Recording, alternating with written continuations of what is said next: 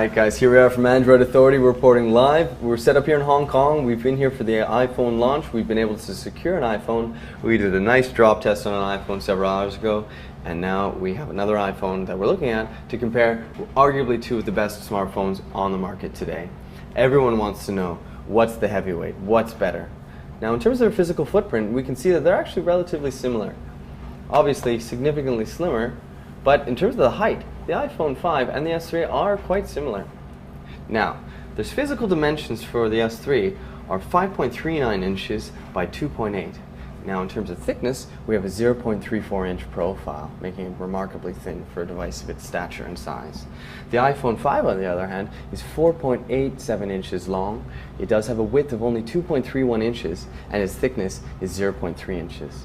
So that's 0.3 inches of thickness versus 0.34, making the iPhone 5 thinner than the actual Galaxy S3.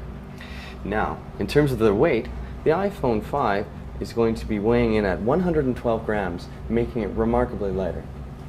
It is 19% thinner than the actual original iPhone 4S, excuse me. They've incorporated a new alloy, which we've discovered is very, very impact resistant and also remarkably lightweight. I'm not quite sure what it is, but we will find out that for you very shortly. So, in terms of the processing power, we're looking at a quad-core 1.4 gigahertz Exynos processor in the Galaxy S3 International Edition. Now, if you're living in the United States and you have an LTE connection, likely you have an S4 processor, which is a dual-core, but it's clocked at 1.5 gigahertz, and it features some architectural advancements which put it on par with the international version that we're looking at today. The displays themselves, well, the display is always usually the most important part of any device. The technology itself is different. This features an HD AMOLED display, whereas the iPhone 5 features a TFT IPS LCD display. Whites will be whiter on the iPhone 5, but colors will be significantly richer on the Galaxy S3.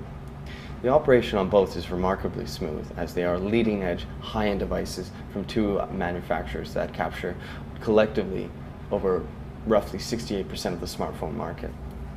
So, we have a resolution on the Galaxy S3 of 1280 by 720 pixels, giving it a PPI of 306. The iPhone 5 features a display of the odd form of 640 pixels by 1136, giving it a PPI of 326. So we have 326 with the iPhone 5 versus 306 with the Galaxy S3. Though, we should consider that this is a 4.8 inch screen, whereas this is only a 4 inch screen. Moving on to memory, with the iPhone 5, we have 16, 32, and 64 gigabyte iterations, but no expandable memory, making it a bit difficult for some. And for those that have used iTunes before, it does become a little troublesome sometimes, though some people appreciate its convenient syncing features. The problem is you simply can't just take a micro SD or a USB cable and just throw your music and photos on. Whereas with the Galaxy S3, you have 16, 32, and 64 gigabyte flavors, and in the rear, we do feature a expandable memory slot as well, making it remarkably convenient for movie and music lovers who don't want to have to re-encode their media or go through a third-party software suite. You can have 128 gigabytes of combined storage with the Galaxy S3, whereas with the iPhone 5, only 64 gigabytes. It's important to remember that obviously cloud computing and data syncing is becoming more prominent, though for many people, data bandwidth issues are a problem. So sometimes it is convenient to have access to physical hard storage that you can add by yourself. Moving along to the battery, the Galaxy S3 features a massive 2100 milliamp battery, making it remarkably substantial. And there are third-party companies, even Samsung themselves, make an extended battery that is substantially larger than this, which will obviously increase the profile. But for those that need a long day battery, that is possible to get. The iPhone 5, on the other hand, features only a 1400 milliamp battery, maybe perhaps due in fact that it is 19% thinner than the original iPhone 4S.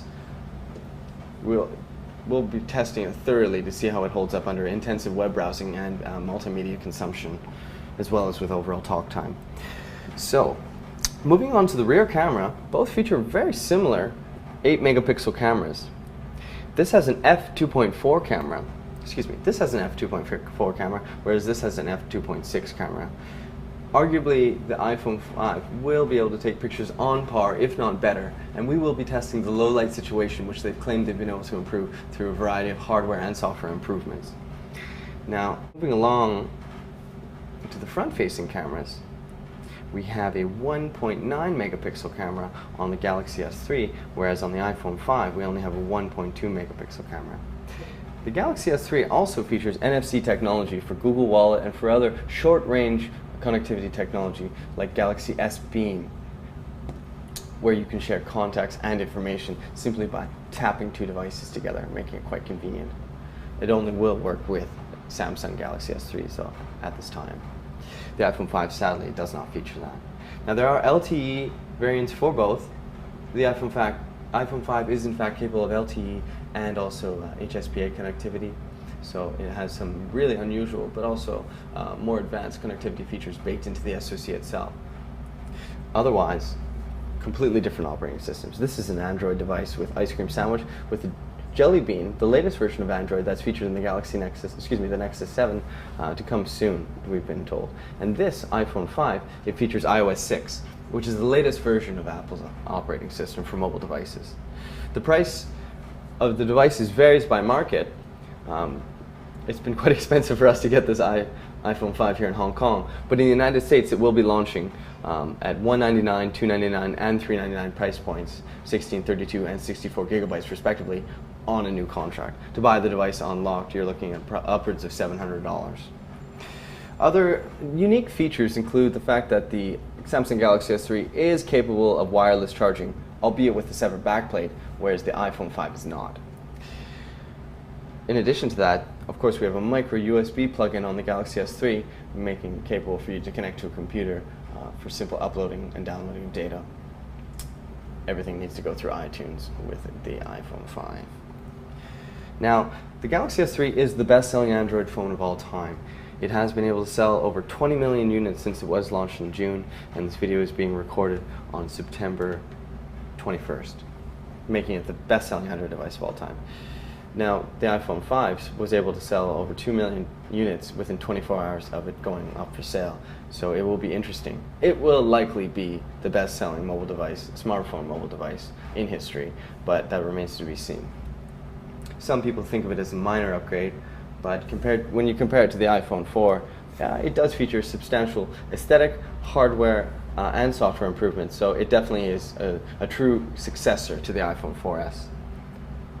Other than that, Samsung, of course, would like us to focus on a lot of the software merits that they have baked in here, and they have actually come a long way in terms of their TouchWiz overlay. Very intuitive operation, very, very fast, and with Jelly Bean coming soon, we're going to be guaranteed even faster operation. Obviously, everything on the iPhone is smooth. They've architected their software in such a way that it prioritizes the GUI so that it maintains the integrity and always ensures smooth operation. So, other than that, Apple was able to develop an A6 processor for this device that an initial benchmarks show that the iPhone 5 is actually substantially faster than the original iPhone 4S and on par, if not better, in many use cases than the actual Galaxy S3.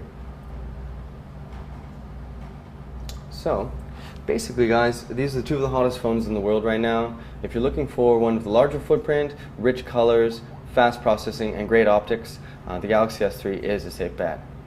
If you are looking for more convenient operation for one-handed stuff, it's likely that the iPhone 5 could be a great alternative. Let's see how quickly we can take a picture. Okay, focus. All right, let's just do it together now. Focus, focus. See, you can see the difference. See how pronounced those whites are on the on the iPhone 5? That's the difference between LCD and AMOLED technology. Both are remarkably fast at capturing photos, something obviously mobile enthusiasts love to do.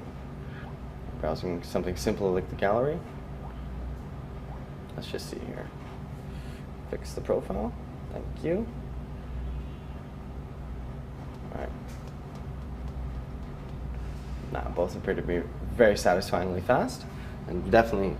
Now, bringing it back to the real brass tacks of these, It's been reputed, analysts in the industry that study mobile all day have been able to reverse engineer and tear down the iPhone 5. It features a bill of materials of $207. So that's what it costs for all the components inside the iPhone 5 and to manufacture it, not including shipping or duties, which are likely nominal, maybe $10 or so. Now the S3 actually costs around $238 to build and manufacture, but that is for the 64 gigabyte edition. It should be noted though that memory is very cheap for both manufacturers. And in fact, it's odd because these manufacturers work together closer than many others in the smartphone space. It's rumored that Samsung, in fact, built and manufactured through their foundry the A6 processor contained within the iPhone 5. And although they have constant legal disputes, in fact Samsung losing over 1 billion legal dispute to Apple recently, they still do maintain a harmonious relationship despite being the biggest competitors in the smartphone space. Anyway guys, this is the iPhone 5 versus Samsung Galaxy S3. You take your pick. We're from Android Authority here, reporting live, giving you a first look at the iPhone 5 versus the Galaxy S3. Let us know what you think of the video, and if you have any questions at all, hit us up on Google+, on Twitter, come to the site, leave a comment, or contact us directly. Thanks for checking our video. Have a great day.